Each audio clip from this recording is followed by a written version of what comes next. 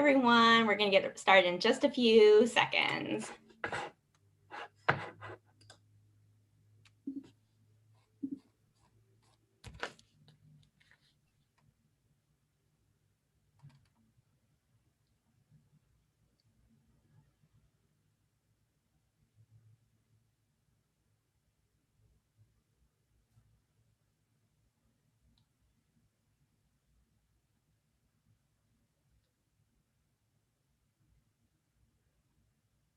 Hi, everyone. We're going to get started in just a few seconds, just waiting for everybody to get logged on.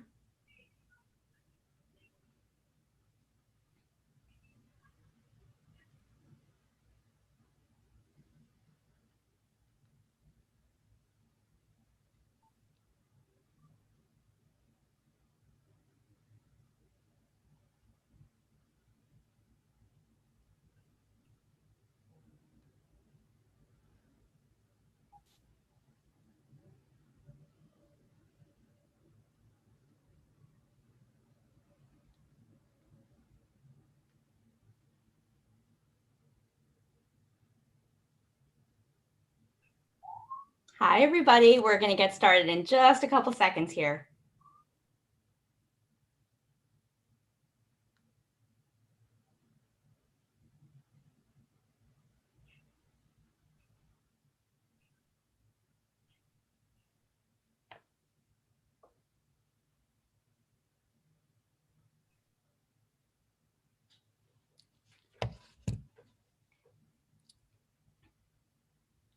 Hello, everyone. Hi. Liz, you sound good. We're going to get started in just a couple seconds. We are live. We have attendees on. We're just waiting for that number to stabilize and know we got everybody on. Can't wait. What's going on? Long time no see. Diana, haven't seen you in person in a while. How you doing? Doing great. How are you? I'm good.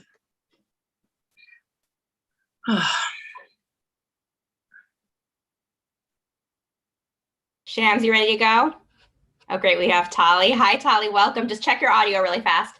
Hi, Corinne. Thank you. Good Perfect. evening. Hi, everyone. We're going to start in just 1 second. Great. Shams is getting set up over there. All right, Shams, you got to unmute and you're ready to go.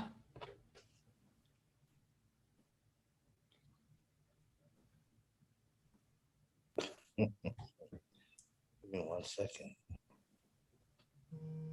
Thank you, everyone, so much for being here tonight. Okay, so.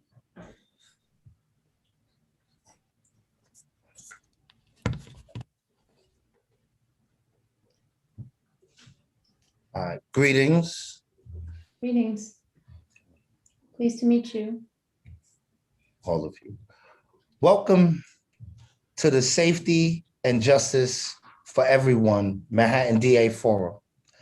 I'm Shams the Baron, AKA the Homeless Hero.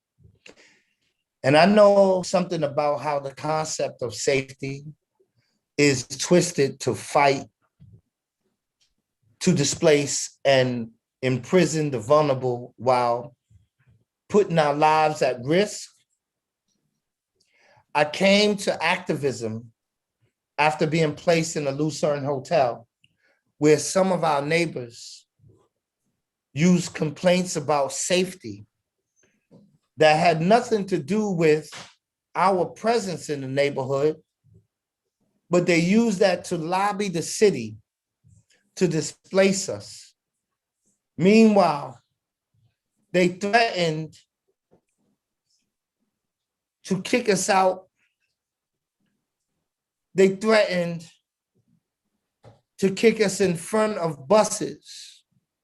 They said they put feces on benches. And they said they would spray us with hornet spray, like chemical weapons.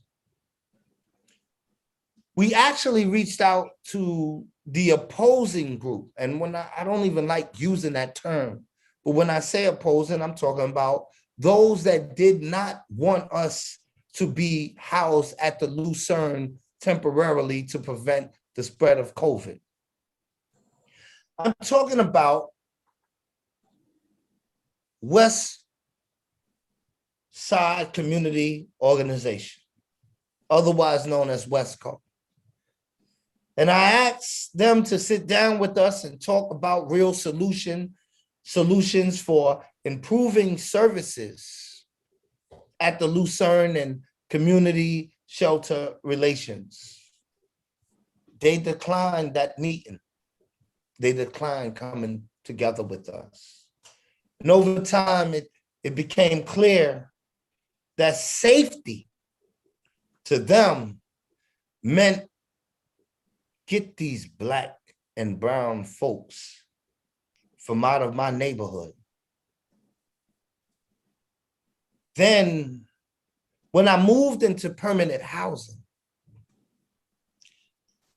they sent 2 former NYPD officers disguised as plumbers to enter my home illegally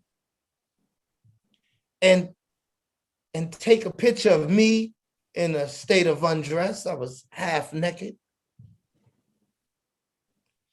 Not even caring about the potentially deadly consequences of these actions. And that's why this forum is about us refusing to use safety as a code word, because safety is not about kicking homeless people in front of buses. It's not about sending people to break in apartments or to use chemical weapons. We're looking for a Manhattan DA who believes in safety and justice for all and will use their office to prosecute the powerful and protect the vulnerable, not the other way around. Thank you for being here. Thank you so much, Shams. So hi, everyone. I'm Corinne Lowe from the Upper West Side Open Hearts Initiative. I'll be moderating tonight alongside Shams. We want to remind all candidates to keep your answers brief. I'll cut you off at about 90 seconds for the sake of time. And tonight we are joined by 8 candidates for Manhattan District Attorney: Tahani Abushi, who is breaking fast right now. She'll be with us in a moment. Alvin Bragg, Liz Crotty, Diana Florence, Lucy Lang, Eliza Orleans, Dan Court, and Tali Farhadian Weinstein. These are all the candidates who you can choose from in the upcoming Democratic primary that's on June 22nd. This race is not ranked choice, so you must choose just one. Welcome, candidates. And instead of opening statements, we will be asking targeted questions to each of you. The first one is for Liz, and I want to start with a quote by a composer named Frank Wilhoit. He says this is about the essence of conservatism, meaning the opposite of progressivism. There must be in-groups whom the law protects but does not bind, alongside out-groups whom the law binds but does not protect. Liz, please tell us how what happened to Shams speaks to this quote and how you will change that status quo of 2 standards of law as DA. I can't really speak to what happened to Shams. I don't know all the facts. So I apologize. I read a story a while ago, but I'm not informed enough to know the specific facts of Shams's case. I apologize. And I think that, when we have to have a public safety for every neighborhood in every part of New York City, and in every part of Manhattan. Manhattan is 16 miles north to south, east to west. Public safety has to be in every neighborhood. I realize that public safety for different neighborhoods means different things, but that's what it takes for working together to make it workable for every neighborhood. So I'm sorry. Yeah, I'm not sure you answered the question. So specifically, I can't answer the question. So do you acknowledge that basically the treatment of, homeless New Yorkers sometimes exhibits this feature of people want to be protected by the law by having the law bind those that are other than them, but sometimes themselves don't want to be bound by that same standard of law? I think we have to treat everyone the same. And I think if somebody is a victim of a crime, then we have to treat them with open arms and listen to what's happening and really listen to everything. And if they have, they're being arrested, they have very strict constitutional rights that we have to abide by. Is there an irony in saying that you're worried about homeless people coming to your neighborhood because of the crime associated with them, while at the same time threatening crimes against them? Is that a question? Yeah. I don't see it. You don't see an irony in that? I don't know what you're saying. Okay, so thank you very much. So we're going to move on to Shams with a question for Tali. Thank you. Now to Tali, Hi, Shams. assuming you don't condone these actions, your campaign received $18,000 from Mark Gerson, who also donated to Kelly Loeffler, David Perdue, and Josh Hurley, and whose wife, Erica Gerson, is a major figure in Inform NYC. Did you decline to pull out of their forum because you feared angering a major donor? And if so, how does that speak to your ability to hold Wall Street accountable as a DA? Thank you, Shams. And I hear many questions in there. I hope that I will be able to answer all of them. And first of all, let me just say that I am so sorry that we live in a city that has just abysmally failed to secure supportive housing for people who are housing insecure, to make housing more affordable so that so many people do not find themselves with a roof over their heads. And I think that there's a lot of work for us to do. I did go to the forum that happened earlier this evening, the Inform NYC forum, but let me be crystal clear. It was not to appease any one person or to appease any one donor, but because I think that that's what leaders do, is to make sure that we are speaking to anyone in Manhattan, no matter who they are, who wants to speak with us. I have not declined a single invitation to a forum, some organized by people with whom I have a lot of agreement, some organized by people with whom I have a lot of disagreement. I do not vet these forums in that way because I do think it's really important for all, this is what it means, is for us to have this exchange, to try to learn something and to try to tell people something about ourselves. Thank you so much for sharing your thinking with us. I just Hold have on, a quick follow-up. Hold on. Yeah, go ahead, Shams. There were more questions in there. So. I'm sorry. So one of the things is that the fact that you received $18,000 from Mark Gerson, right? So for me, and listen, I'm a novice. I'm asking because I want to be educated. Yeah. So you received $18,000 from Mark Gerson. His wife is Erica Gerson, right? And the problem that I personally have with that is that Inform NYC is connected to West Side Community Organization, who's connected to the Upper West Siders for Safer Streets. And these people have literally targeted homeless people and Black and brown people. They have literally said that they wanted to form militias to attackers. They said that they wanted to put feces on park benches. They said that they wanted to spray us with chemical weapons. These are the people that you're accepting money from. And they have not disassociated themselves from each other. They are coming together and trying to influence the democratic process. And so I gotta say that, and this is the part of the question that you didn't answer is, do you feel that accepting this money is a conflict? Does it conflict with what you do? Or would it influence your position as a DA candidate? Thank you for that question, Shams. And it would not. And I hope that every single person who is running in this race would tell you that we are here on our own terms to represent our own views. We have some donors and contributors with whom we have lots of agreement and some with whom we have important disagreements. I don't think that this is the right place for me to pull up the donors to other candidates who I think that they would openly disagree with some of the things that those folks have done or positions that they have taken. What I want to say to you is I am happy to have accepted your invitation and to be here to speak with you as me about what is at stake. And I hope that we're so glad you're here too. So just really quickly to everybody, would you accept a donation from Proud Boys? Just raise your hand if you would accept a donation from the Proud Boys. Would you accept an invitation to a forum from the Proud Boys? So just raise your hand if you would accept an invitation to a forum sponsored by the Proud Boys. So Tali, you would not accept that invitation. So there is some kind of standard for which forums you accept.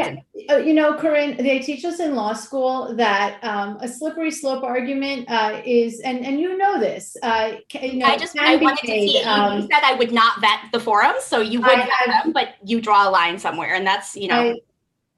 I think it is good to be as expansive as possible about who we speak to. I certainly don't go into a forum worried that I'm going to emerge a different person than I was when I went in. Understood. Thank you so much. So my next question is for Diana. But not only did you go into the forum, that's one thing. You went into the forum, you listened to them speak, but you also accepted their money. Well, that's the issue that I'm asking you about. Two questions that I have addressed separately. So my next question is for Diana. So Diana, and we're gonna hit you all hard on this opening question, then we're gonna move on to some more general questions. So Diana, could you please share with us some mistakes that you feel that you made in your position as ADA under Cy Vance, and what you would do differently if voted into office, and how voters should sort of find that credible?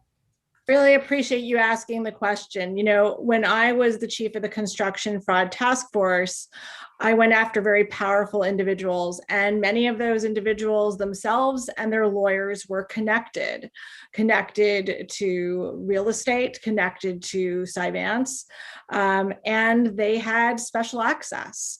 And along the way, I kept winning, and I didn't make them particularly happy. And so I was frankly isolated, and my resources were cut. And my mistake, frankly, biggest mistake, was that I thought I could do it all myself. I tried to keep the cases going and, tried to do it all, frankly, myself, even when it was really not possible to do that. And so what I would be doing differently as DA is making sure that no one is ever put in that position. And it's very important, the mistake that I made in a discovery in a bribery case, as soon as I learned about it, I acknowledge it, I took responsibility, because that's what leaders do. We don't blame other people. We look at it, we figure out why it happened. We acknowledge it, and we do our best to fix it. I am not perfect by any stretch. I am highly qualified for this position because of the work that I did.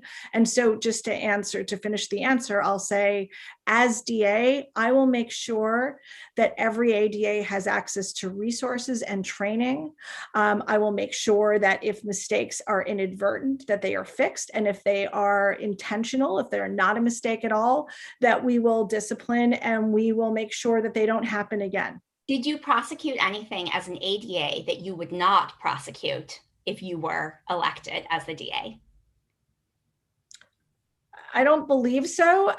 Perhaps when I was in arraignments, I might have, I probably had marijuana cases come before me. And now, of course, I think that's incredibly wrong. So I think perhaps marijuana is the only thing that comes to mind. Thank you so much. So Shams, next question. Okay. So we're moving on with a question for Eliza. We're all about not just protecting the vulnerable, but also holding the powerful to account, making sure the laws binds them as well. You have a background as a public defender, so we know you've got the protecting part. But what experience will you bring to bear on the incredibly complex work of holding Wall Street and other white-collar criminals to account as DA? Well, thanks for that question, Shams, and I'm so happy to be here with you all tonight. So yes, as you said, I've spent my career as a public defender. So my job has been to stand up for thousands of people, over 3,000 people who are vulnerable, who've been charged with crimes by the Manhattan District Attorney's Office and who couldn't afford to hire an attorney. But in those 3,000 cases, I've managed teams of investigators and social workers and paralegals and expert witnesses. I've investigated those cases. I've gone to crime scenes. I've negotiated, pleas. I've gone through the issues in those cases and all with the limited budget of the public defender's office. So, it's I think less about having the prosecutorial experience of bringing these specific cases, but more about the political will to do so. The Manhattan District Attorney's Office has routinely turned a blind eye to crimes committed by those who are powerful, to those on Wall Street, to those, corporations or landlords or police officers who are actively perpetrating harms against New Yorkers. And that is something I have always stood up to my entire career as a public defender, and I would continue to stand up to as district attorney. What about regulating things like wage theft and, antitrust and some of these things that, they're very complex financial issues. I don't know anything about them myself, but, what experience or knowledge do you have on that? Well, those are really important things that the DA's office should be actively investigating. And for so long, so much of the resources of the DA's office have really been going into, 75% approximately. We don't even know the exact numbers because I've just analyzed the NYPD data because the DA's office is not transparent on the case by case level of what crimes are actually being brought. But we know that approximately 3/4 of cases that are coming in are low level offenses, things that I would not even prosecute. So that money could be put into, a worker protection unit, an environmental justice unit, a police accountability unit, all of which I've outlined in great detail on my website, elizaorlins.com. Okay, thank you so much. All right, so we're gonna go to a question for Lucy. Lucy, mass incarceration is a racial justice issue. How have you, as a white woman, prepared yourself to tackle this problem? And what will you do to make amends to communities harmed by the criminal justice system? Thank you, Corinne, for this critically important question. That is something I spend a great deal of time thinking about and have spent a great deal of time thinking about. And when I served as an assistant district attorney and was grappling with this, I thought about Bryan Stevenson's statement that the people closest to the problem are closest to the solution. And it was part of a desire to better understand the racism baked into the system and the ways in which prosecutors have been part of perpetuating harms against communities of color that led me to create a first of its kind college and prison program that brings assistant district attorneys inside New York's prisons to work on justice reform issues alongside incarcerated New Yorkers. And that includes studying the history of racism in America and getting that much closer to beginning to understand it. And it has been many, many hours and over a number of years working alongside incarcerated men and women that has helped deepen my understanding, recognizing that I can never have the lived experience of a person of color in this country.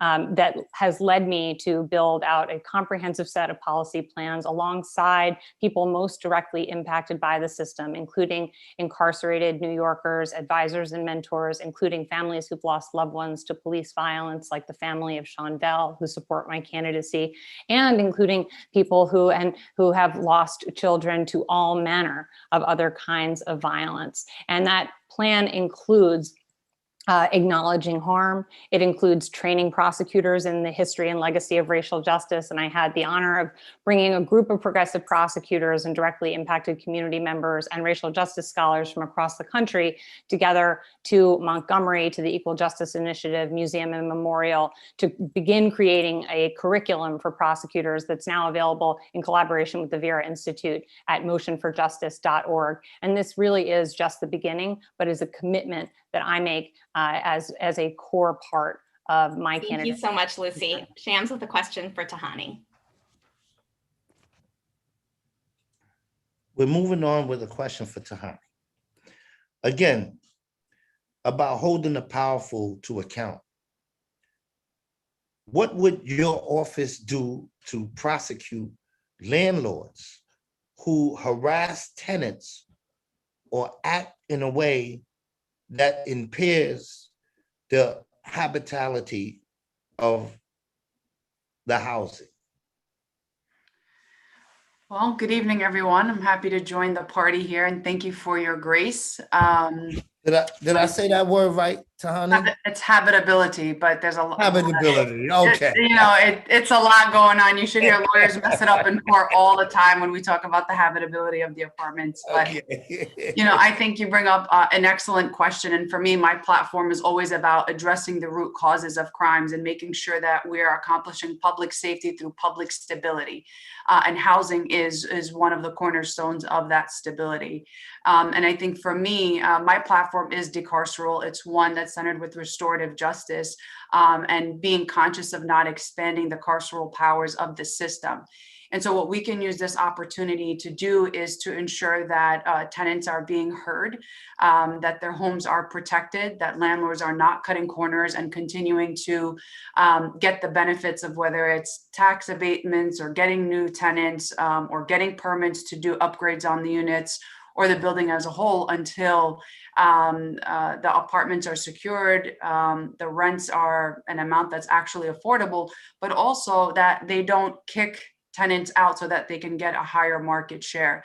So this is an opportunity where we can bring both sides to the table, where we can use restorative justice, and we can go further than simply criminalizing this act. Because what we do know, right, is that when you bring in criminalization into these kinds of conversation, it falls on the shoulders of what we call the low-hanging fruit. Supers, contractors, people who are in the building. It's not the building owner. It's not the corporation. It's not the people who are making the money.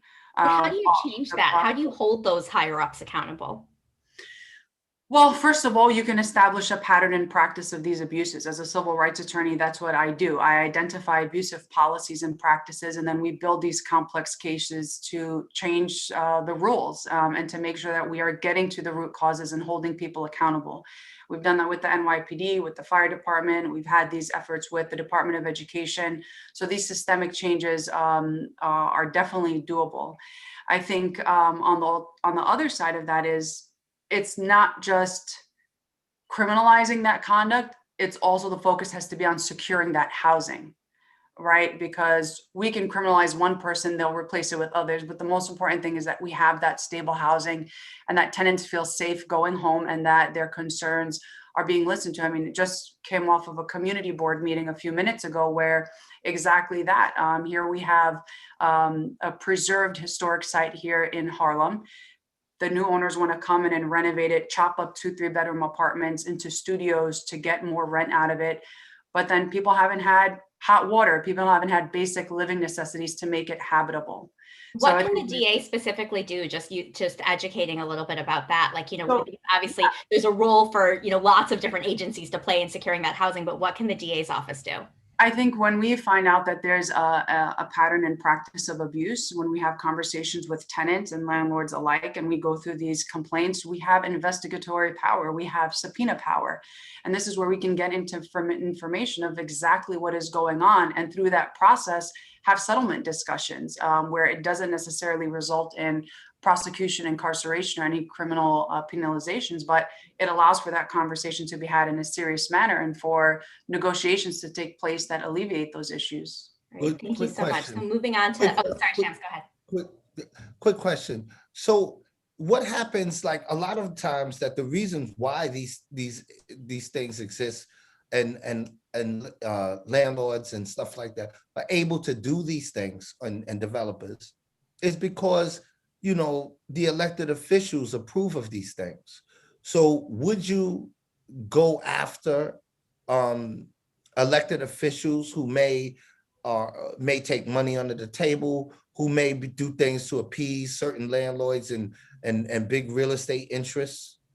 Of course. I mean, elected or not, we would always prosecute bribery, corruption, anything that is, considered these white collar crimes. But I also think as we go after that misconduct, we again have to have something that comes out and secures the housing and stops this behavior from happening over and over again. Because everything that you're talking about, Shams, right? It's not a surprise. It happens so many places, so many times, regardless how much we push for that criminalization. And you clean one corrupt elected official out, and then we got tons more right behind them. So I think when we talk about this systemic change, when we talk about identifying these patterns and practices, it's important to replace it, right? Not just chip away at it, but let's replace it and put real measurements. Thank you so much. We're just going to move on for the sake of time. So thank you.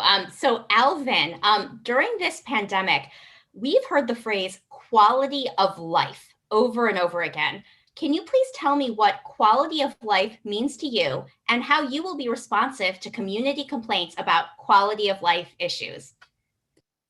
Thank you so much, and thank you for inviting me. And Shams, very troubled by what happened to you. When I was at the Attorney General's office, we actually brought a lawsuit against a developer who was harassing his tenants out of their homes. And one of the things they did was send in a retired police officer, much like those people came in trying to be plumbers to your home. So sorry to hear that happen. Yeah, it's interesting. I mean, as Shams said in his introductory remarks, some of these times the words are used as pretext. Quality of life can sometimes mean a code word for race, but I'm going to want to talk about it. I think some people do have legitimate quality of life concerns. Having lived, for example, in Harlem my entire life, I'm certainly familiar with real public safety challenges, but also things that get categorized as quality of life. And I think we got to use all the levers of government to respond. We far too often responded with carceral reactions to things that people put in the quality of life bucket. I mean, I'll give you an example. My late mother, for example, she did not like people trying to sell her Lucy cigarettes when she was walking home from 135th to 139th. We saw Eric Garner killed allegedly for doing that. He was actually breaking up a fight. But when I was at the Attorney General's office, we had the similar pitch from law enforcement about, going, corner to corner and rounding people up for that. Instead, we said, well, that's something, let's think about it. We tax cigarettes for a reason. We sued Federal Express and UPS for trafficking thousands of untaxed cigarettes.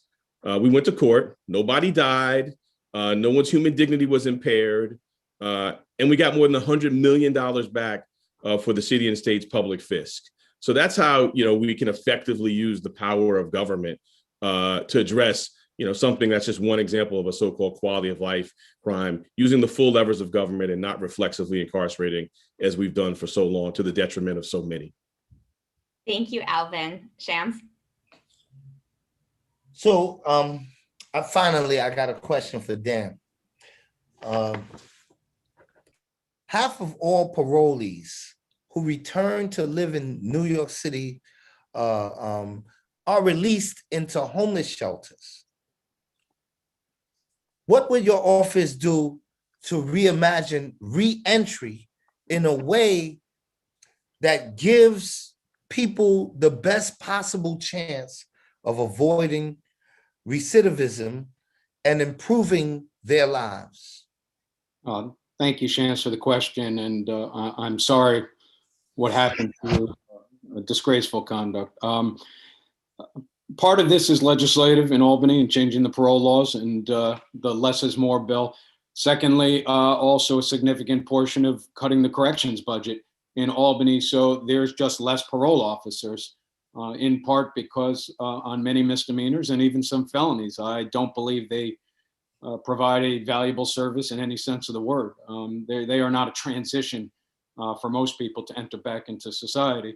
I think what the district attorney can do is use some of the resources within the forfeiture fund pot to give out grants where appropriate through the city's not-for-profit providers that are actually doing these services the best. I am not for creating my own program just so I can say I have my own program. With the scarcity of the city budget, I think where there is existing forfeiture fund money, and we can get into, in my view, some of the untoward ways the incumbent expanded that pot, but I see it the ability to fund these type of programs and the programs that work, whether it's the Henry Street settlement programs, the wraparound services in Washington Heights, or Exodus on 124th Street. There are programs that have been doing the reentry work that have been successful. And although it's not for the district attorney to pick winners and losers in the grant process, it is for the district attorney to prioritize what he or she believes is a priority. And reentry services will certainly be a priority for me. Thank you so much, Dan. So now we have a question for Liz, Tahani, and Dan, and it's going to be in that order. And just try to remember to keep your answers brief.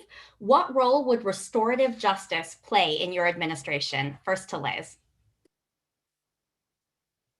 You're muted. Bingo card. I do it every time.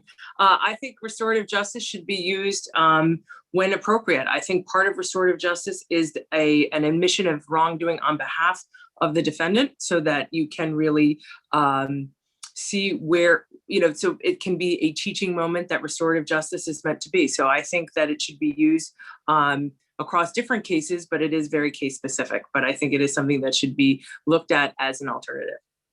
Tahani?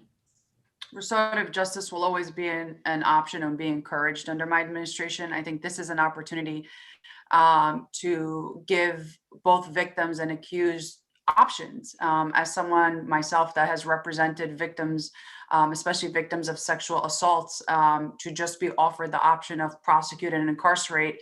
And if you don't want to cooperate and you don't want to move forward, then tough luck, shuts a lot of people out of the system. While at the same time, if we're really focused on rehabilitation and preventative measures, then let's talk about rehabilitation and preventative measures. And restorative justice gives us an opportunity to dig deeper into the root causes, understand why it's happening, and then alleviate those root causes. And that too is accountability. And so when it comes time to those driving factors and to the extent that restorative justice can play a part with it, it should always be an option on the table. Thank you, Dan. Restorative justice may be the two most overused and misused words in this entire campaign. Vance has all sorts of restorative justice programs, but it's mostly a farce because it's neither restorative nor justice. It has the footprint of the district attorney's office hovering with the top count if someone fails to attend a class and whatnot. Now, public defenders and 18B attorneys like myself will take it because we're desperate for our clients and we'll take anything short of incarceration. Restorative justice works, but it works best outside of the district attorney's office. Successful programs, even in certain violent crime, it can work. But of course. But how would you make that happen then if it's going to be outside of the DA's office? Well, certain cases like gun cases, we've talked about it. Diversion practices similar to what Eric Gonzalez has applied in Brooklyn. Those would be proper to have a sort of restorative justice programs with the district attorney's office involvement, but many cases are not. And we shouldn't sell restorative justice because it requires an admission of guilt.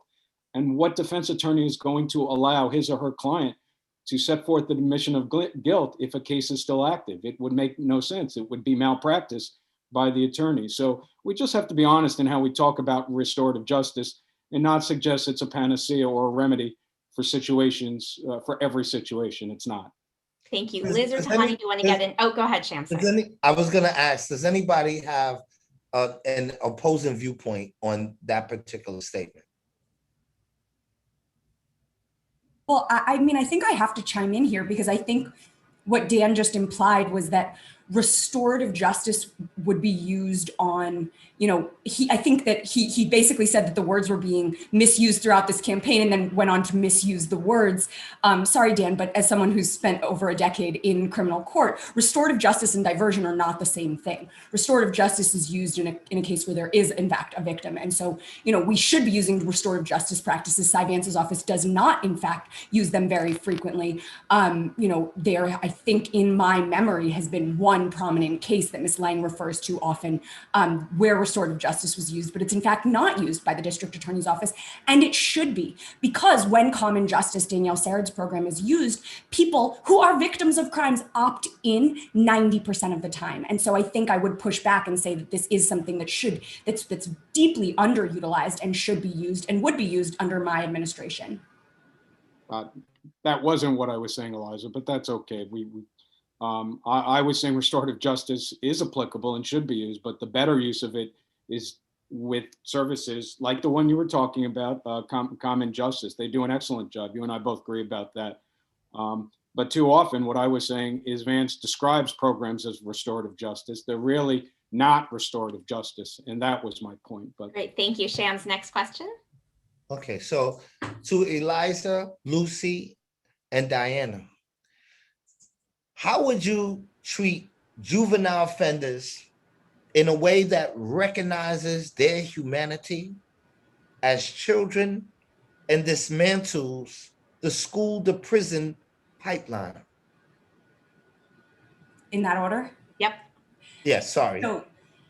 So I've represented kids as young as 15 years old charged with crimes. I've seen them, paraded in shackles, like at 70 pounds soaking wet. I've seen the Manhattan District Attorney's Office oppose removal to family court, even after raise the age legislation was brought in. And so it's absolutely outrageous the way in which the Manhattan DA's office prosecutes children. We should not be prosecuting children as adults, period. We know that their neurological development is not complete until the age of 25. We should be treating kids as kids.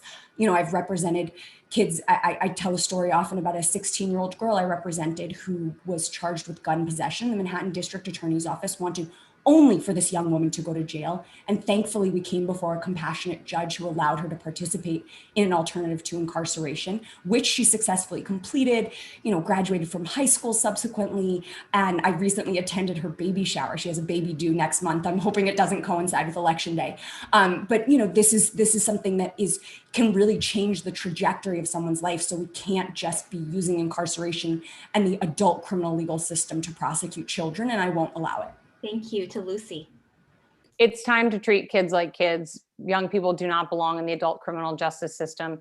Cases against juveniles should be removed to family court, where they can be handled by trauma-informed judges and attorneys who have experience and expertise in addressing the needs of young people, and who have access to community-based organizations that provide wraparound services, which should be expanded, that are appropriately tailored to young people.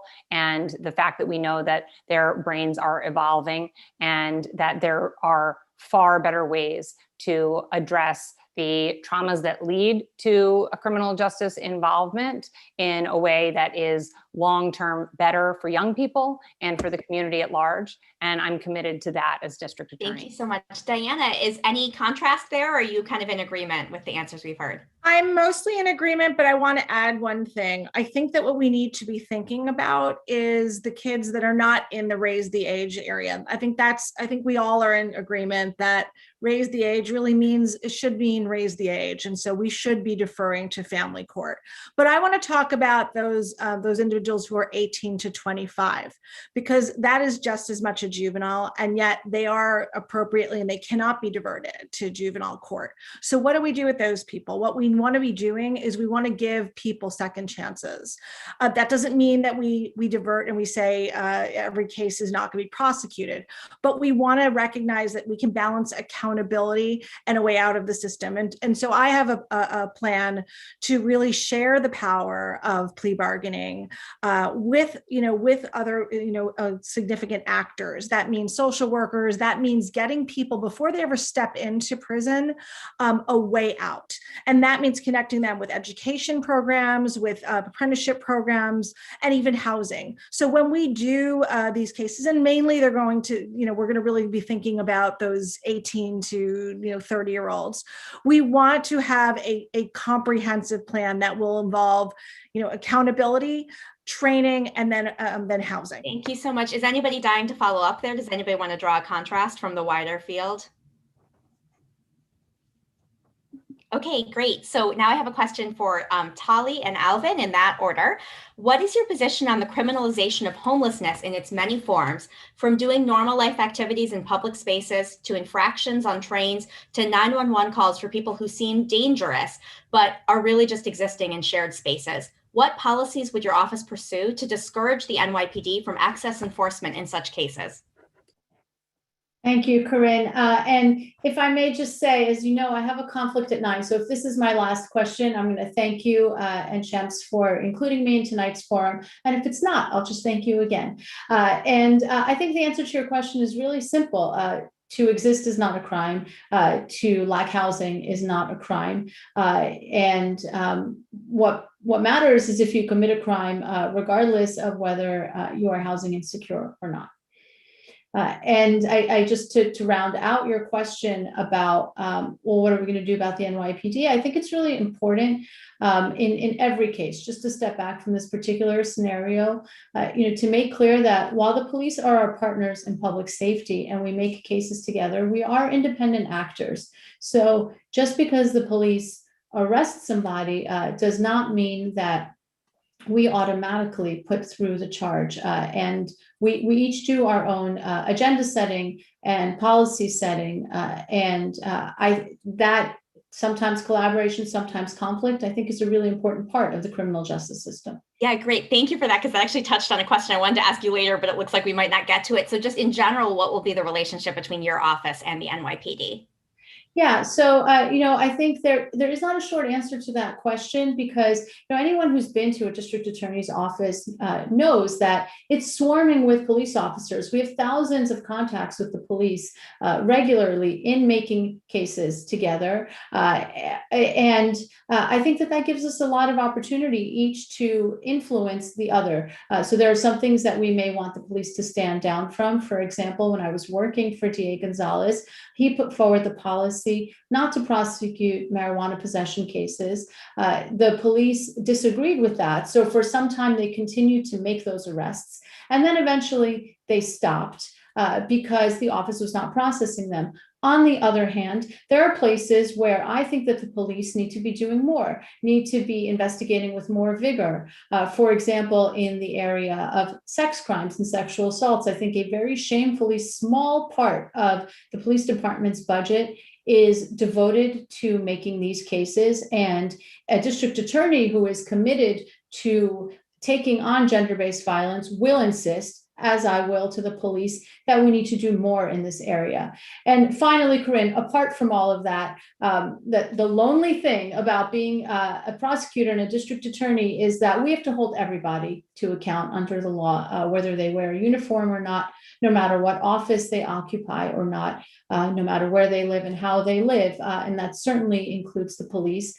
I created and supervised in Brooklyn a standalone law enforcement accountability bureau. And I think that's good because, as Kamala Harris says, bad cops are also bad for good cops. And it's important to be Thank you so much. So Alvin, that same question to you about criminalization of homelessness and the relationship with the NYPD. Oh, you're muted. I think you said bingo earlier, right? That's right. And Tali, stay on because there's a round robin in the next one. So don't hop off yet. I'm on till 9. I couldn't tell how the rhythm was going. I will. Thank you. Sorry, Alvin. No worries. So my dad ran homeless shelters. So growing up, walking around Harlem and the Upper West Side, we would talk to folks who would be in his shelters at night. I think you look at a system now that, doesn't seem like anyone who's doing the cases has had that kind of experience.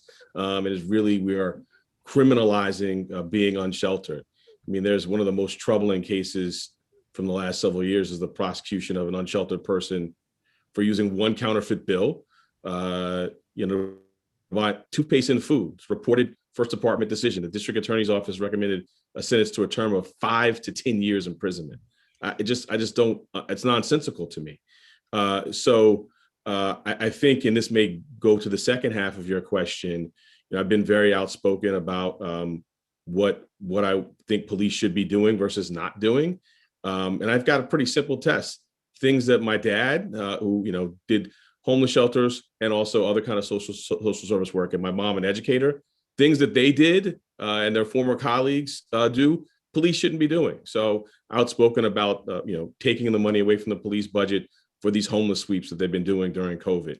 And will continue to be as district attorney. And more generally, the relationship with the NYPD. More generally, as folks may know, I'm the number 2 person in the New York State Attorney General's office, where I oversaw our investigative division. Lots of former retired police officers there, and worked as a federal prosecutor, where I work side by side with law enforcement.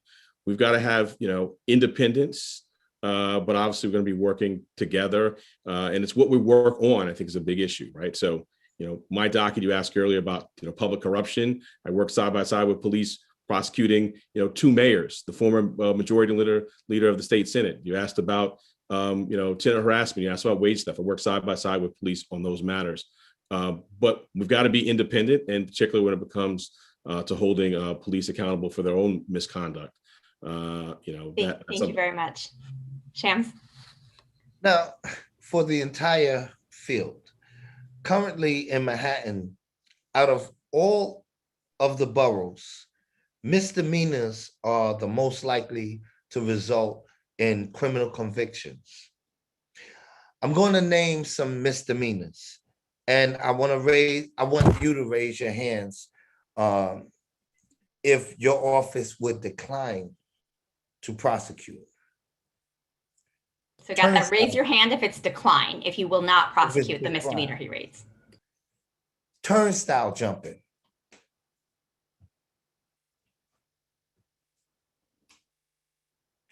Trespass related to homelessness, for example, like sleeping on a train.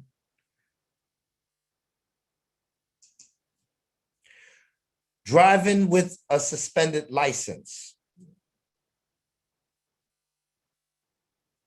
Corinne and Shams, these are never, right? You're raising your hand if you would never. You're raising your hand if in 95% of cases, let's say. Oh, that's 98% of cases. No. I mean, I can't say that there would never, ever, but in general, your rule would be you decline to prosecute that. Yeah. And if you feel differently, vocalize that. Yeah, feel free. Yeah. Driving with a suspended license. Most of those are for non-payment of fines for anyone trying to do the 95% math. Thank you. Okay. Selling or soliciting sex. And if you think there's a difference between them, feel free to chime in. That's right.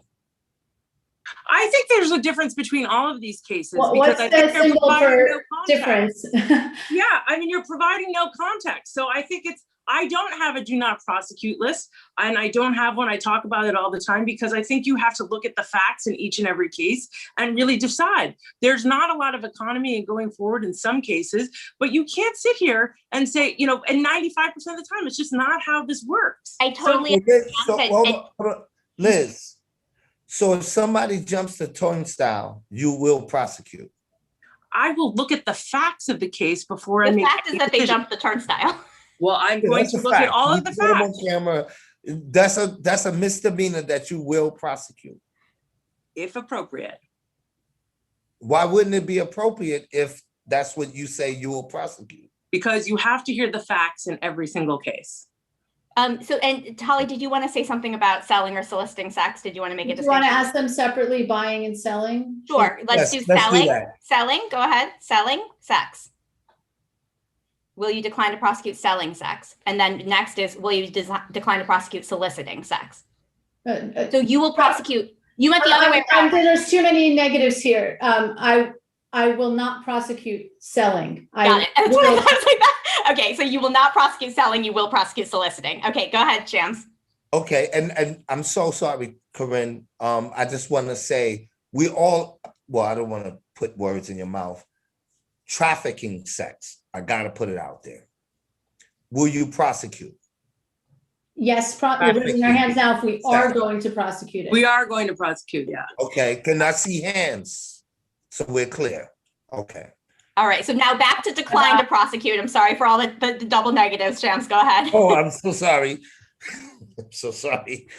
Resisting arrest. Well, so sorry, I like kind of had my hand half up, half down for that because I do think that there's something more that needs to be said with regards to the with declining to prosecute consensual sex work. For those who are saying that they would in fact prosecute someone for buying sex. Imagine if it were illegal to cut hair and then, they told you, you know what, guess what? We won't prosecute people who are cutting hair, but anyone who is going to get their hair cut will still be prosecuted. that is not really decriminalizing someone's job. They would still feel as though their job was illegal. And we would make it so that then their customers would still be harassed by the police. They would be harassed by the police to, give up their customers. They wouldn't be able to talk to other hairdressers. Thank you, Eliza. Thank you. Yeah, we take your point. Okay, so Shams, I just wonder if the people who said that they would continue those prosecutions would have anything to say about that. Okay, so nobody has anything to say. Okay. Go ahead. So resisting arrest for a violation or civil offense.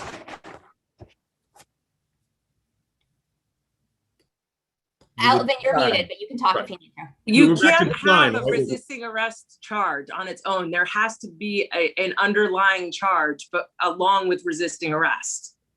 But if the charge itself is, a violation.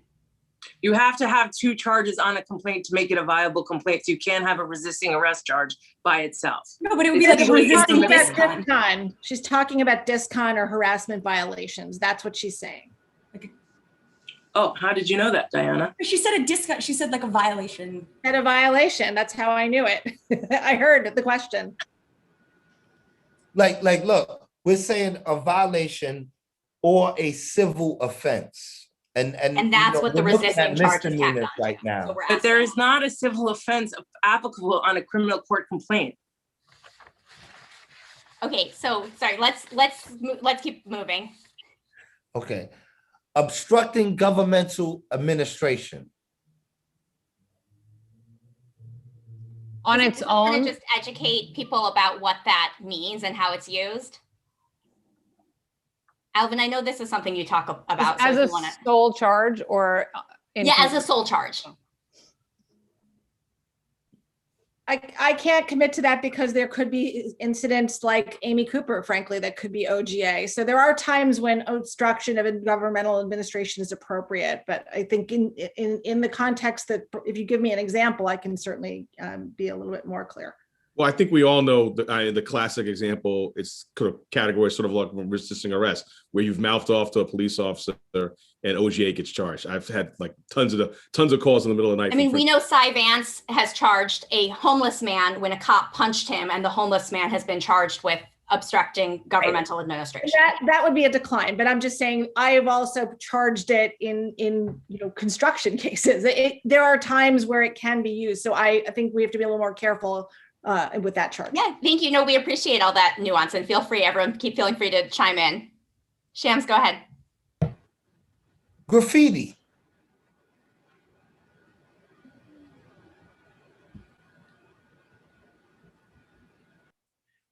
Open container. Or marijuana for that. It's a civil summons open container. It's not a misdemeanor. Okay, I'm glad you said that. No problem. Would marijuana go along with that? I'm asking because I don't know. Marijuana is charged both administrative code and sometimes as a violation. And if you do not have a supporting deposition at the arraignment, it is dismissed summarily. So it's very rarely prosecuted. So. Yeah, but look, we've taken care of some of this at the state level with marijuana, but so my colleagues made the point about marijuana. It's not like it's gone away. It's just gone away more. The NYPD is writing summonses instead of arrests. So yeah, it's within the administrative system, but it's the city of New York under those rules. But it's not like the person doesn't have to take a half day out of work and go down to Midtown Community Court and go deal with this nonsense. So it's not like there isn't a level of nuisance, if not punishment. It's still that exists on administrative summons related to marijuana until we change the law completely in Albany. Right. Petty theft. And I'm assuming petty theft is under $500. I think it's under 160. Is that right? Somebody. No, they declined to prosecute under $100, and cases are diverted under like $250 to a diversion program. They're not prosecuting those cases. Will you? I'll take it on a case-by-case basis. So you would reverse? Would you reverse the position of the current DA, which is declined to prosecute under $200? No, he diverts them out of the court right now. And what would you do? I would look at it on a case-by-case basis. When you say case by case, like if the criteria is the amount of money or the amount of theft, is that it? Or is there something else that forms the criteria by which you determine it's a case by case? It's the facts, it's the context, it's also what is the person's record? Is this a repeat offender? How can you have a thriving business in New York City if people are not going to be able to protect their goods and sell them for a legitimate point? That's the reason why we have businesses here in New York. So you have to look Anybody at it. want to chime in on declining to prosecute petty theft? Yeah, I mean, the point about prior records, we have some of the worst, I mean, compared to other states, our expungement laws are okay, but they're grievously weak in that people have all these prior convictions that should be automatically expunged. That's the most significant thing we can do to undo the harm of Vance's, one of the most significant things to undo some of the harm of Vance's practices over the last 11 years. There are thousands of poor people who have convictions. And if we're going to use that criteria, we're definitely going to punish poverty and continue disproportionately to punish people of color. Just for the sake of time, we're going to move on to the next question. Thank you for playing the world's most stressful board game with us. We appreciate that, everyone. Thanks for bearing with us. So to Liz, Dan, and Lucy, what work will you do to review wrongful convictions and free people imprisoned under either faulty evidence or outdated laws? First to Liz.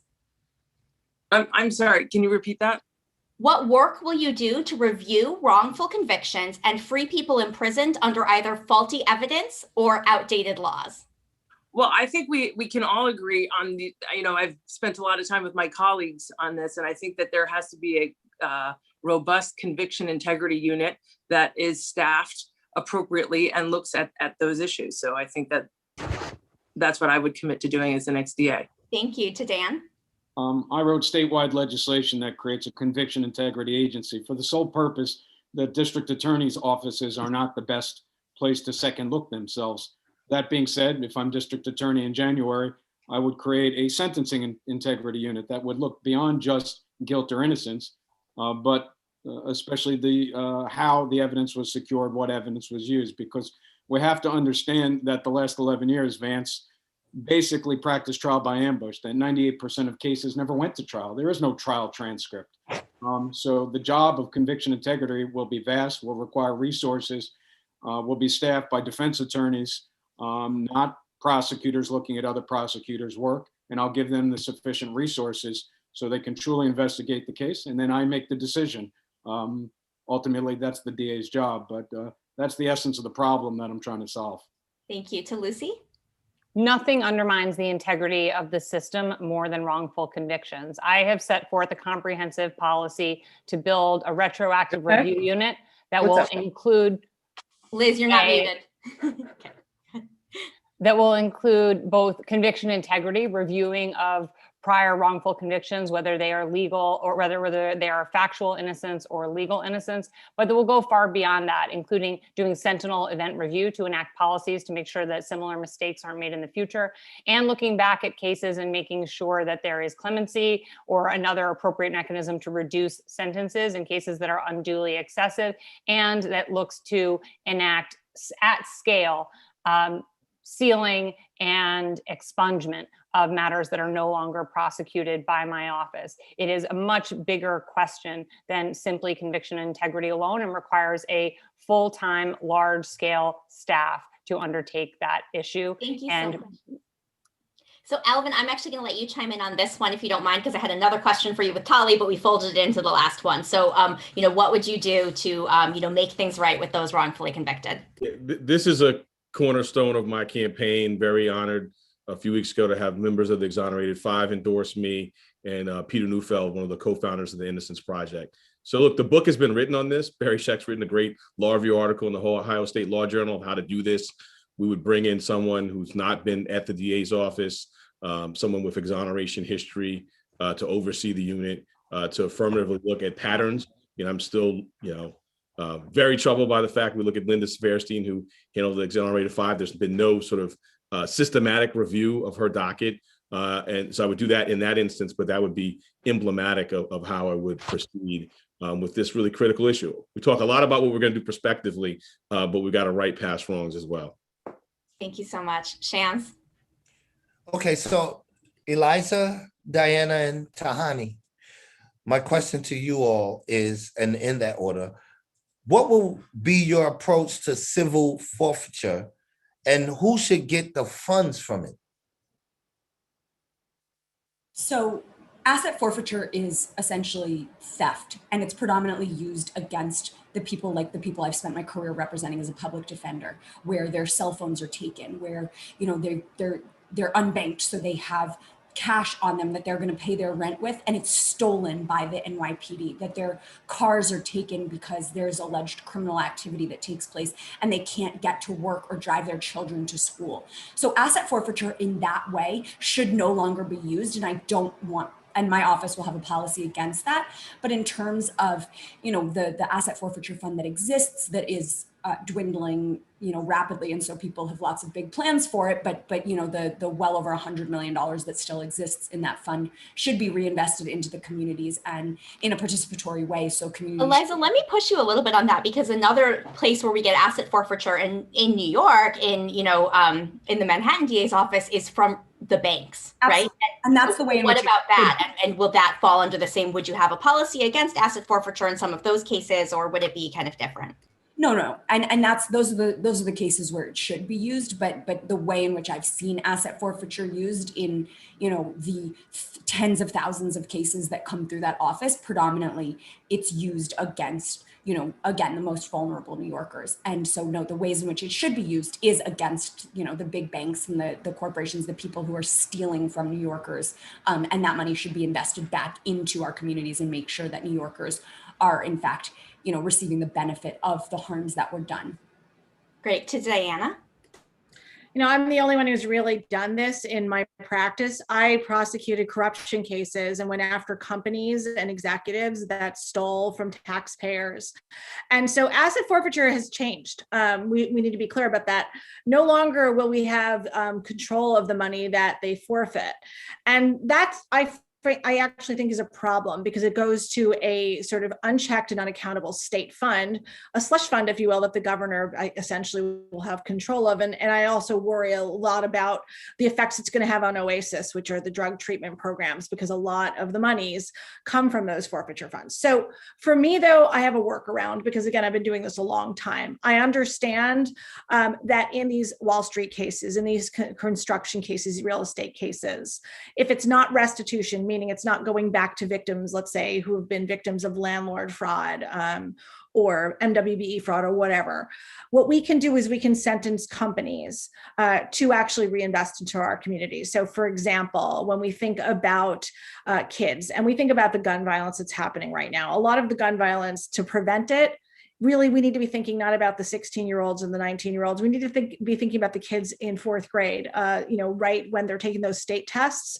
and what they're going to be doing after that, after school. We can actually have companies fund things like a coding class, which would then lead to an internship program that we could actually be the architects of, which would connect those kids to IT jobs throughout the city. These are the kinds of programs we could actually use our power of going after corrupt companies, corrupt individuals in the city to actually reinvest. And when you do that, you actually can really not only attack white collar crime, but actually the violent crime that's before us. What about the kind of asset forfeiture that Eliza was talking about?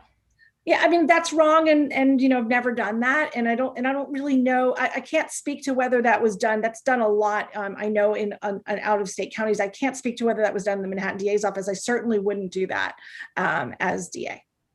Tahani, over to you. Can I? Oh, yeah. Let's let Tahani answer, and then Alvin will let you chime in. Yeah, and I also have to go, so thank you in advance for this opportunity to address everybody. So it happens a lot, Diana. Those low-level forfeitures, theft, cell phones, jewelry, sneakers, stuff in the pockets, and they rarely, if ever, get it back. And so we have to 100% across the board stop that kind of civil asset forfeiture. And then the distinction you make, Corinne, is one well taken and very important here is when you talk about white collar crime, when you talk about people who money is of no measure and makes no impact, whether they lose a couple of $100,000 or not, this is where we can ensure that that money is invested back into the community, into victim services, supportive services, things that actually come in and not just address the harm that was done, but have them pay their service back into the community to ensure that stability. So there's definitely a place for it. And then Alvin wanted to chime in quickly. Well, I just wanted to correct the record when Ms. Lawrence said she's the only one who's worked on forfeiture cases. You know, I tried probably one of the largest forfeiture matters in the Southern District of New York, where multi-millions of dollars of drug money were forfeited. Point taken. Dan, did you need to? I meant in the state system. I want to be clear. Sorry. I also did the antitrust case in March, which was in the state system. So I was going to go on, but Criminal. Sorry. Excuse me, I've also worked on forfeiture cases, but I wanted to get on and say thank you very much for having me. This has been really lovely. But I have to go. But thanks so much. Thank you, Liz. Thanks for joining us. If I could chime in, the prosecutors in this race can argue about how they would spend this money, but I've taken a different approach, and you know I have because I wrote legislation to that effect, and we voted in Albany really to stop Cy Vance from monetizing prosecutions. After the banks almost destroyed this country in 2008 and 2009, the SEC got through with them. Vance still had jurisdiction over them. Did he prosecute any corporate, any individuals? Did he prosecute any board of director members? No. He monetized prosecutions through deferred prosecution agreements to expand the forfeiture fund pot, except for one bank, Abacus Bank. This, a first generation owned Chinese American bank on Canal Street, he went after them. So that's why we have to end this practice. And we did in part. Great. Thank you so much, Dan. Okay, so Shan's next question. Dan had me going. Dan had me going. I'm so sorry, but what it is that I believe there's something to be said for the asset forfeiture and how that could benefit communities from these big businesses. And I'm just saying that if the state controls the assets forfeiture, then that doesn't allow the DA's office the latitude to be able to utilize it to reinvest into the communities. So. You're right. That's why my legislation would give 50% of the funds secured to the borough president. So those benefits would go directly to Manhattanites. The problem is this: why are we giving these powers to the district attorney's office? This is an office that's supposed to be about integrity, holding people accountable. It's not about running funds of money to hand out grants. Some other candidates may think that's a primary job. I don't. This money should go back to Manhattanites, but it should go back through an office that's configured under the city charter and has the wherewithal to actually look through grants. We've created this mechanism within the DA's office where we're giving out grants through a separate entity because DA's offices should not be the prime place to give out discretionary money. Trust me, I've been in the legislature for 10 years. I understand about discretionary money. It is better suited either for the legislature or in this case, the Manhattan Borough President. That's how Manhattanites get the benefit.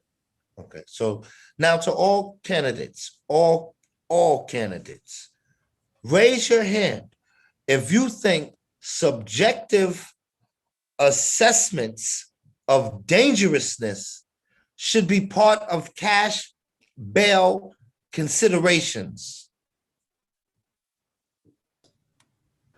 They've already dropped off. Yeah, you know. So nobody's raising their hands. Okay. I guess that answers that one, right? Does anybody want to chime in on that? Alvin, go ahead. You look.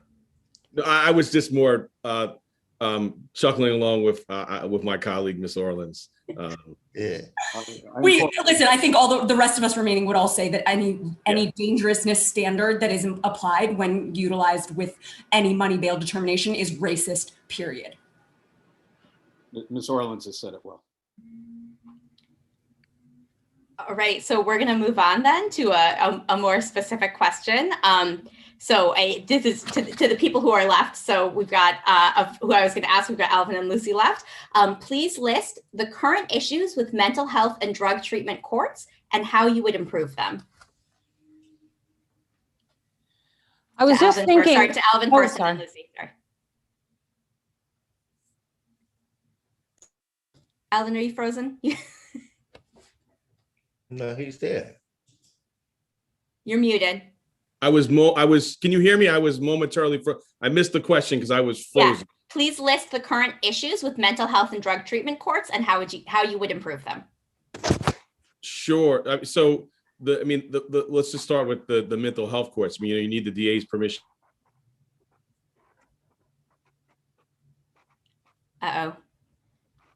We've got a bad connection there, so I'm going to let Lucy answer and then we'll come back to you. We were doing so well. Mm-hmm.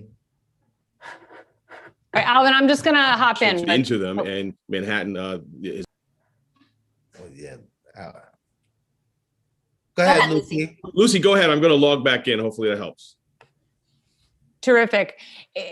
So this is very much top of mind for me because of the years that I've spent teaching in New York's prisons. And it is so clear how many folks are suffering from mental health challenges across the spectrum who end up incarcerated instead of getting help. I have set forth a comprehensive plan for responding to mental health and substance misuse as public health conditions rather than as criminal justice problems. And that includes expanding mental health court to really, there's just a tiny, tiny number of cases that are sent into mental health court currently. But perhaps more importantly than expanding mental health court, it is decreasing and shrinking the number of cases involving people who are suffering from mental health challenges who come into the criminal justice system at all. So that means investing in and supporting programs like CAHOOTS and mobile crisis units. It means making sure that cases where people are experiencing mental health crises, they are brought to or given the opportunity to avail themselves of clinical trauma-informed services rather than brought into a precinct or a courthouse. So it's a sort of a two-pronged approach with respect to mental health. And I realize we really haven't talked as much as perhaps we could have about homelessness challenges. And so I do want to thank you for the advocacy you've done around this work, and also to let folks know that since the very earliest weeks of my campaign, I have set forth a plan for responding to street homelessness that includes advocating for a housing first solution across Manhattan and really seeking to support homeless New Yorkers rather than criminalizing poverty and homelessness across the city. And so I would encourage people to visit votelucylang.com. No ads. Thank you so much. And Shams, you wanted to move on to the next question while we wait to see if Alvin gets back. Okay. Just to Eliza and Dan. Okay, yeah, I got you. So Eliza and Dan, how will you prevent abuse of the plea bargain system to coerce, I said it right? To coerce defendants to plead guilty to crimes they did not commit to avoid more serious charges? So first to Eliza and then Dan. Yeah. So this is something I've seen over and over as a public defender. So many of my clients get accused of crimes, get held in jail on money bail they can't afford, and get coerced into taking pleas, whether it's because of a threat of indictment, a threat of, oh, we've overcharged you with this crime that is a minimum of 5 years in prison. And so therefore we're offering you something that a judge can't even offer, or fine, take it to trial. And then this, massive hearing tax or trial tax exists. So, my plea plan is all set out because this is something that I've seen happen over and over and over. And it's incredibly important that we, allow people to exercise their constitutional rights to go to hearing, to go to trial, to make sure that the plea offer remains the same throughout so that people are not coerced into taking pleas. That's something that is deeply, deeply important. And we need a district attorney who's committed to that. Thank you, Dan. Any contrast to draw? No, well, some different points, but I don't disagree with anything Eliza said. The trial tax is just a terrible thing, something that will not exist. But we have to go beyond that. The Bronx Can you just explain, because not everybody might know where that is, who's watching? Can you explain what that is? If you're offered a certain amount of time But then that offer gets off the table. It's taken off the table if you actually go to trial. So essentially, if the prosecutor has to do its job and actually convince people beyond a reasonable doubt of your guilt, somehow then you're going to get more time. It's an absurd system. It's unjust, and I would eliminate it.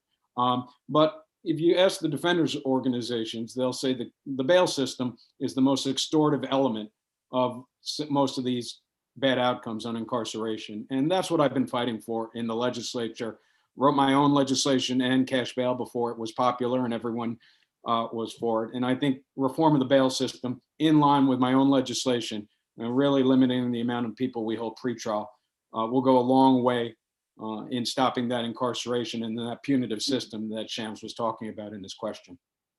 Thank you so much. So it looks like we've got Alvin back. So Alvin, I'm just going to kick you the next question with Diana. So Diana and then Alvin, how will your office protect immigrants in the criminal justice system or who may be victims of crimes from ICE and deportation?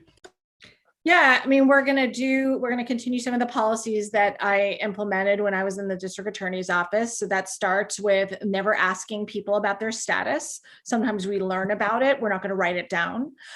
In every single case, we're going to move to preclude anyone from asking about status because being an undocumented immigrant is not a crime. But then I have another policy involving, really partnering with the what's called AILA, which is the American Immigration Lawyers Association. We have a New York chapter. It's really robust. And these are lawyers who are the experts. Some of my opponents talk about hiring immigration attorneys, but immigration law, I know enough about immigration law to know that it's dynamic and it's ever changing. And the best way to be the most informed is to have the people who are doing the work ongoing to be training and also to be coming in to help us. So we'll have an MOU with AILA so that when we have cases that involve immigration, either on the victim side or on the accused side, we will have an AILA attorney who will be a direct resource. So the point is really to make sure that immigrants feel safe, both to report crimes. And when we go ahead and plead out cases involving immigration, we want to make sure we can't say that it's that you get a pass for being an undocumented immigrant, but we want to hold you accountable, but we also don't want it to be a one-way ticket back to your country. We can balance accountability by working with immigration attorneys who know the stuff to bring out. Alvin, can you jump in there? And are there any contrasts you want to draw? No, I agree with the spirit of everything Diana just said. When I was at the Attorney General's office, we sued the prior administration when they tried to pull funds from us for not cooperating with ICE, and agree with the spirit. The only thing I would add is that we also have to sort of stand up and against the sort of spike in immigration fraud that's happening now. And I see Diana nodding her head. So that may have been the next on her list before you interrupted her. So I'll just supplement her answer in that way and yield my time back. Does anybody want to jump in there and add something? I was just going to add with respect to people who are non-citizen crime victims, how important it is to make sure that we utilize U and T visas to make sure that folks' rights are protected and secured, and expanding a little bit on what was earlier said, that we expand opportunities for reporting and make sure the communities, especially non-citizen communities, understand that the district attorney's office is here to serve them and will not undermine their immigration status. Yeah, nobody said wage theft in there, so I'm wondering if anybody wants to jump in on that. I mean, sure, that's sort of my bread and butter. Obviously, wage theft is something that I'm really proud of the work that I did, bringing wage theft, frankly, to the DA's office. It really was not done by district attorneys before I got involved. But in terms of immigration? Well, in terms of immigration, we want to make sure that, undocumented immigrants feel comfortable. I mean, that was part of the challenge, was making sure people felt comfortable reporting it. And, we were able to do things, we would find ways not to mitigate their context with the system. So sometimes if they were victims, we might find people with status to be sort of the person to testify, but we could also charge their crimes through documents. So I can just give you one quick example, Corinne, of example of how the effect, particularly of the prior administration. We, at the Attorney General's office, we did a number of wage theft cases, and then we would have to, in one instance, because of what was happening in DC, would go elsewhere outside of the government office, to return the wage back. That's how, to an example of sort of meeting people where they are, literally in that instance. Shams, go ahead. Okay, so I got this for, I think we can pose this to several of you. Yeah, we'll let anybody who wants to chime in. Anyone Chime in. wants Go to ahead. chime in. All right, how would you handle, and this is real important, how would you handle child abuse in a way that protects victims while avoiding families being overly impacted by incarceration and the foster care system? And that's coming from Shams, who was himself in the foster care system. So, he knows exactly how damaging that can be and also how it's important for some kids. Well, we know that ACS is a very problematic agency and often takes, a very harsh view of anyone who comes before them. So, for example, some people, get into ACS's crosshairs for being late to pick up their kids from school, and it starts a really vicious cycle. And so we in the DA's office have to be really mindful of what ACS means, and we need to be really making sure that, people that are ACS impacted, whether they're parents or kids, belong there in the first place. But obviously prosecuting child abuse, or significant abuse is really important. And we need to be able to balance that. And we also need to build trust in the communities so that people are comfortable coming to us. I think one of the biggest problems that I saw when I was in the DA's office and when I was doing my construction work is people didn't feel comfortable coming to us. And so what I had to do was leave my office. I had to go to OSHA trainings. I had to go to consulates. I had to go to community boards to get the information. Thank you so much. Eliza, you looked like you wanted to jump in on that.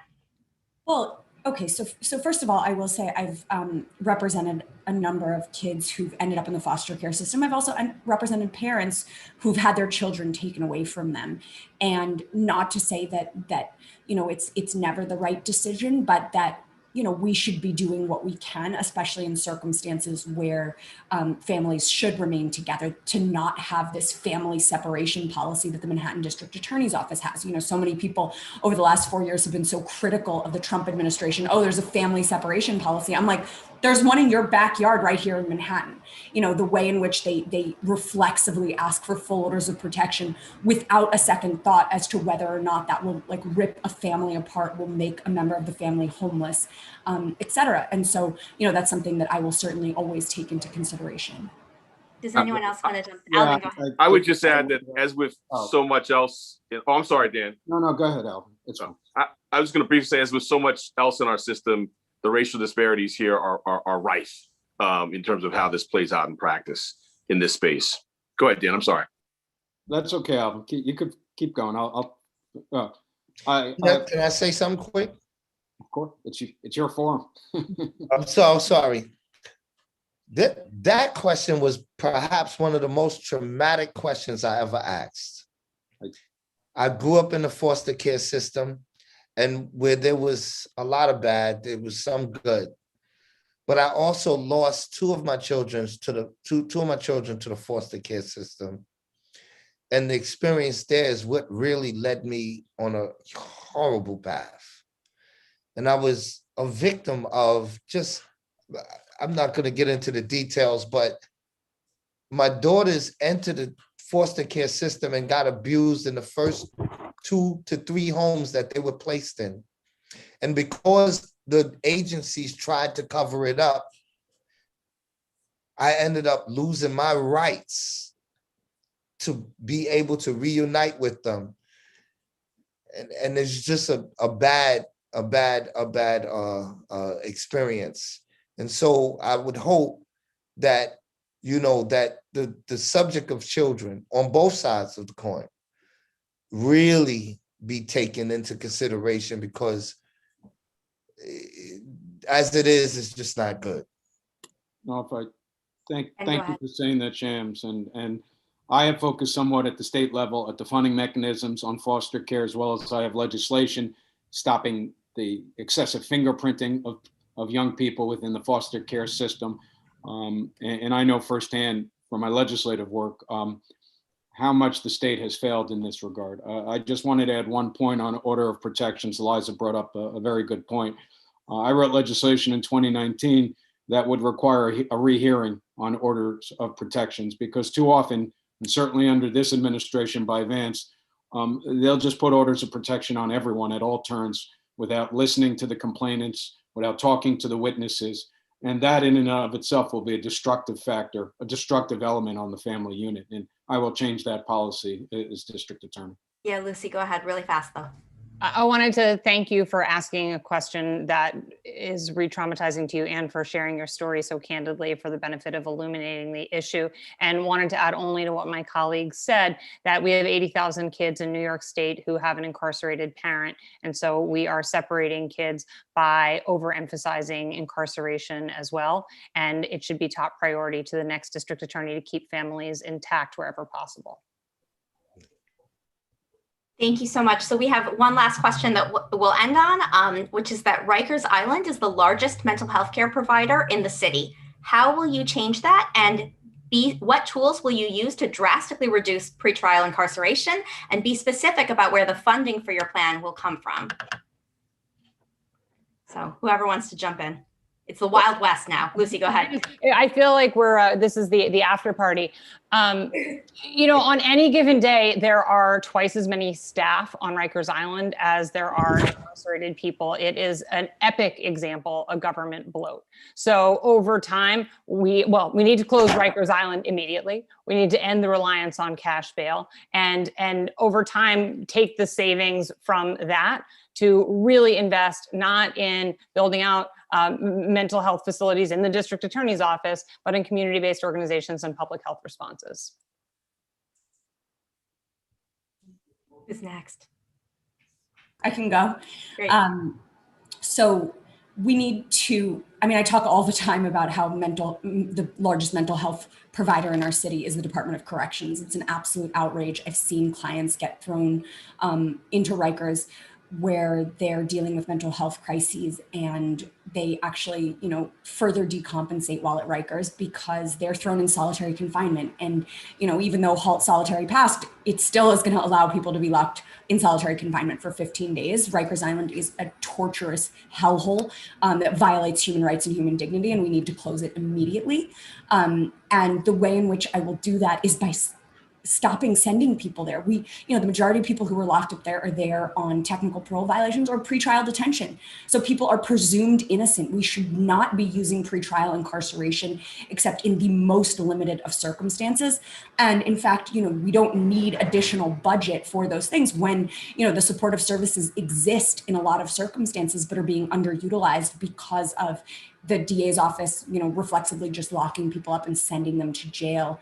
Thank you so much. In some cases, like something like the bed is a limit, right? In an ATI program, there aren't enough beds and somebody goes to Rikers. So going over to Dan, and then we'll finish up with Diana and Alvin. In 1997, in a series of civil cases resulted in the class action, the Brad H class of people who must get mental health treatment. Systematically over the last 11 years until we changed the bail laws for somewhat in Albany. Cy Vance, through the use of the bail laws, has really superseded the intention of this class of individuals that the courts have said must get mental health treatment. He's basically thrown them to Rikers and said, and more so than any other district attorney, and said, here, you corrections department, it's your problem to deal with. I won't do that. Obviously, I've written legislation ending cash bail, and we'll replicate that system as district attorney. That's the main way to address this problem. Thank you, Dan. To Diana. Yeah, look, we need to stop using the bail system as a proxy for healthcare, for housing. And that's something that I think with the changing of the cash bail laws, with where we are right now, which I think frankly is incomplete, because right now we have a list-based system. I don't believe in list-based systems. We need to have a fully funded alternate bail system, which means something like what they have in the federal system, where there are pretrial services, where, there is real electronic monitoring, there's money for those kinds of things, and there's money for things in between. Mr. Court in other forums has said that was funded. It really hasn't been. We know that there isn't a robust system. That's something I'm hoping, since he is an assemblyman, that perhaps that they'll fund. But ultimately, what we need to be thinking about is understanding that bail is not about punishment. It is about coming back to court.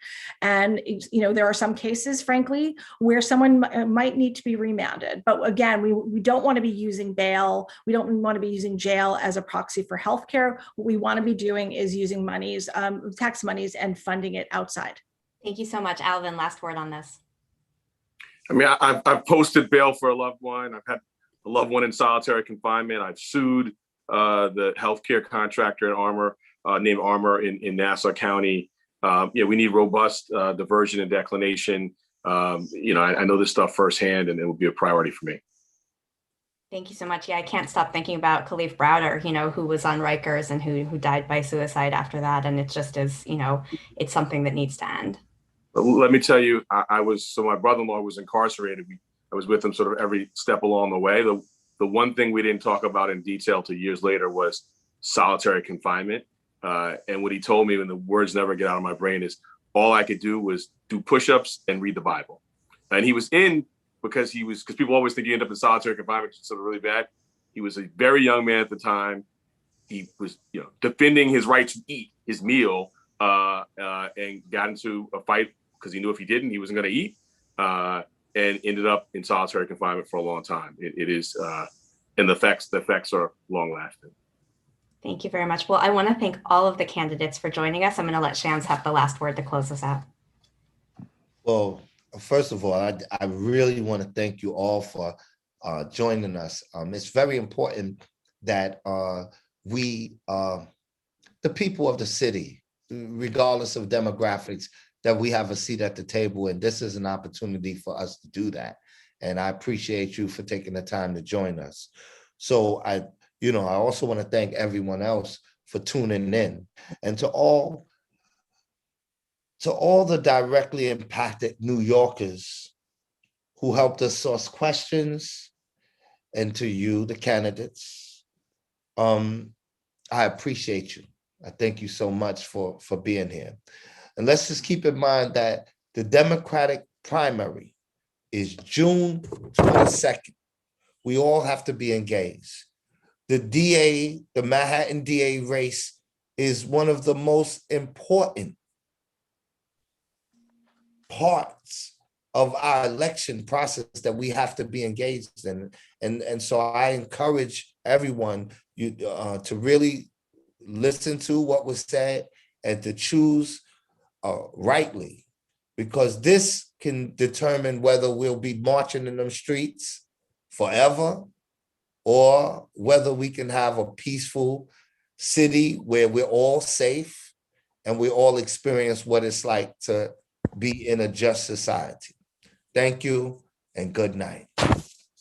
Thanks, Shams.